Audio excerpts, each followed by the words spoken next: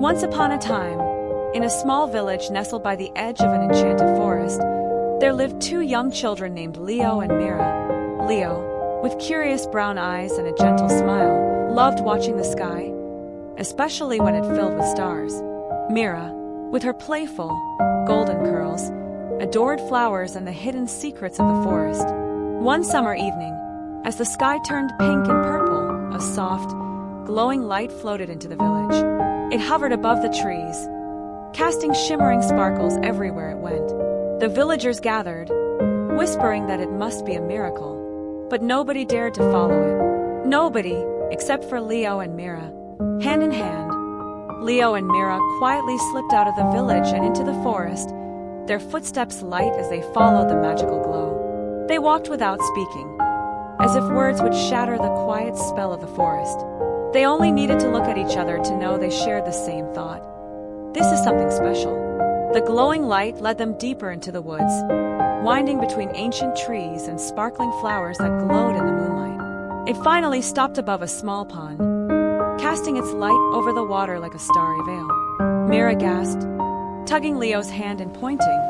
Beneath the water surface, they saw strange shapes moving. As they watched, the water began to ripple, and from its depths, animals began to emerge. First came a wise old turtle, who slowly crawled onto the bank and looked up at them with gentle, twinkling eyes. Then came a sleek otter, playfully splashing water before curling up beside them. Even a small deer appeared, with soft, trusting eyes that gazed at the children. One by one, all the animals of the forest gathered around the pond, each glowing faintly under the magical light. The children knew, without words, that the animals had something to show them. Mira placed her hand on the turtle's shell, feeling its ancient strength, while Leo stroked the deer's soft fur, feeling its gentle heartbeat. As they touched the animals, something miraculous happened. The world around them began to shift. The children found themselves floating above the forest, looking down at the vast green canopy below. From this view, they could see the heart of the forest, a single, enormous tree with golden leaves. Each leaf sparkled, as if it held a piece of a night sky within it. Leo and Mira felt as if they were flying, surrounded by the peaceful animals, their hearts light and full of wonder. As they drifted closer to the great tree, they saw that its roots stretched out like gentle arms, connecting to all the plants, streams, and animals in the forest. Mira closed her eyes, sensing something deeply comforting, a hum, almost like a lullaby, sung by the forest itself. It was the song of life, of connection, and of kindness.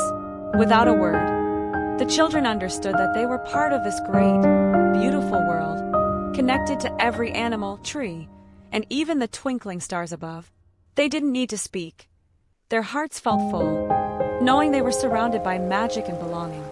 When they opened their eyes, Leo and Mira were back at the pond, holding each other's hands as the light began to fade. One by one, the animals gave them a final nuzzle or soft touch, then returned to the shadows of the forest. The glowing light slowly floated back up, higher and higher, until it joined the stars in the sky. Leo and Mira returned to their village, still hand in hand, and slipped back to their beds, knowing they had witnessed a miracle that words could never capture. The forest had shown them that they, too, held magic in their hearts, a quiet, gentle kind of magic that connected them to everything around them. From that day on, Leo and Mira were different. They walked through the village and forest with a quiet understanding, finding wonder in small things and peace in each other's presence. And if you asked them about that night, they'd only smile, for they knew that some miracles are best left as beautiful, silent secrets shared only by those who believe in magic.